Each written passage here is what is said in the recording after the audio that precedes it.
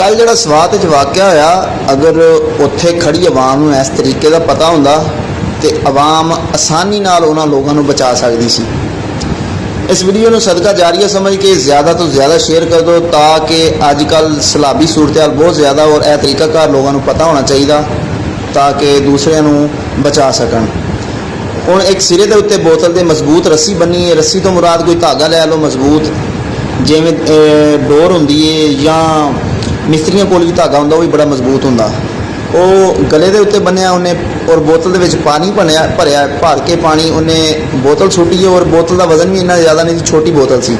और जिन्नी दूर तक तुसीं मर्जी उस बोतल में सुट सकते हैं जिन्नी तुहाडे च पावर आ। लेकिन इन्हें वो बोतल सुट्टी है, दूसरी साइड पर खड़ोते बंदे हल उन्हें वो बोतल फड़ ली है, ठीक है। उस तो बाद हुण उस जिहड़ी बरीक रस्सी गई सी उहदे नाल मोटी रस्सी जिहड़ी है ये बना के उस बंदे हल भेजण लगा उस धागे के थ्रू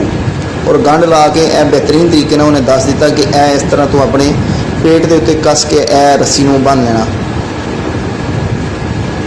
हुण तुसीं तरीकाकार देखियो जी, उस बंदे वाले रस्सी नूं भेजदा किस तरह वा, उस धागे के जरिए जिहड़ा वो बरीक जिहा धागा सी वो देखो हुण बन दिता इहदे नाल। हुण उस बंदे नूं इशारा करदे ने कि रस्सी अपने नाल खिच ला।